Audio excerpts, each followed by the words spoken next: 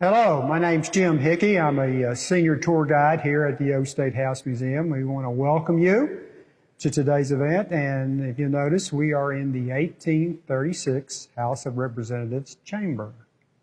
And my name is Scott Moye. I'm also a tour guide here at the Old State House Museum, and we'd like to welcome you to another edition of Conversations in the Gallery at the Old State House Museum. And we can't forget the role of the river. Exactly.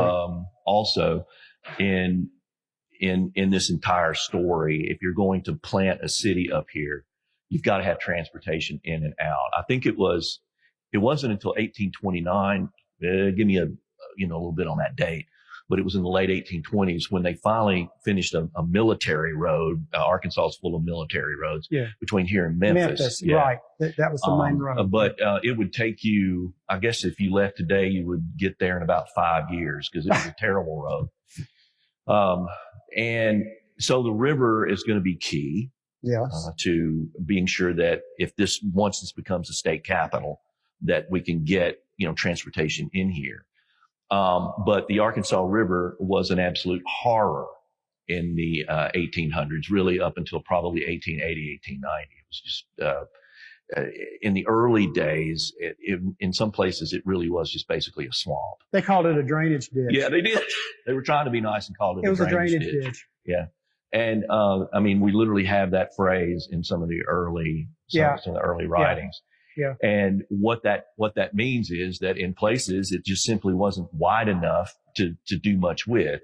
It was grown up with all sorts of snags, river snags, and things like that, notoriously undependable. And so that is actually going to lay a foundation in a way to sort of inhibit the growth of the city in the early days.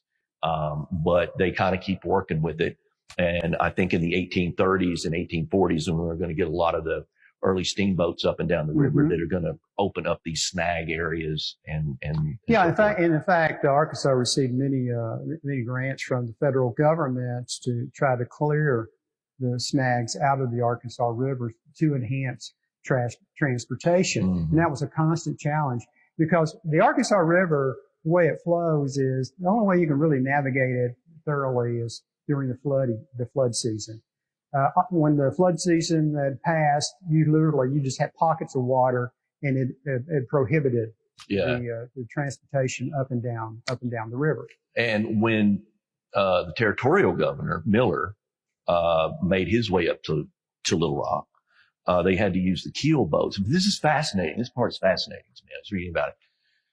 They had to cordell him. I believe that's the pronunciation of the word, cordell. They cordelled the keel boats up to Arkansas Post. And then from Arkansas Post, of course, he's going to make the jump on up to what's going to become Little Rock, or is Little Rock at that point. But what's interesting about the river is in order to cordell, they're basically pulling these keel boats with ropes along the river bank. And that tells you a lot about the river at that point. There must have been vast stretches where the river was not very wide. And vast stretches of the river on the bank that would have been clear enough for them to use that rope pulling technique to get him up here. But then after that, I'm not sure exactly whether they just paddled him up here or what with those keel boats. But. Well, you just hit patches, and most of the time, major travel really was restricted unless you went to the flood season, and that was basically about it. But that set the pattern for Little Rock. We selected as the capital. And then, if we want to kind of move, well, how was the site selected here, for our current capital, or the Old State House that we have today? A couple reasons that was here is that, in 1829, Andrew Jackson appoints Pope as territorial governor, and he had been a senator from Kentucky, and he came here to Arkansas, and it was his idea. He knew Arkansas was going to become a state, so he wanted to go ahead and begin laying the foundation for a capital. And so site selection was very important. And the area that was selected here for the Old State House Museum, there are a couple of big benefits. One is next to the river. Second is on the high bluff. Right. Remember, it was called the Little Rock Bluff.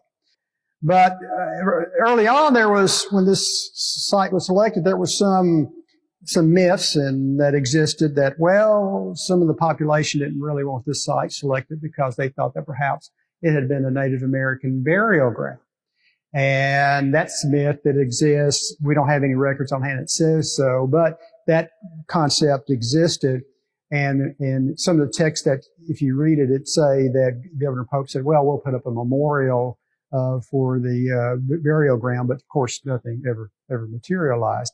But anyway, this site was selected simply because it was on a high-rise bluffs, beautiful location, beautiful view of the river. Two great bends come in and out. Anyone that would traverse the river, the first thing they would say would be this beautiful capital. Thanks for joining us today for Conversations in the Gallery at the Old State House Museum. Be sure and check out our Facebook page. Check out our website at theoldstatehouse.com, and also check out our YouTube channel for more incredible conversations and great videos about the history of Arkansas and the history of the Old State House Museum. Right. Thank you.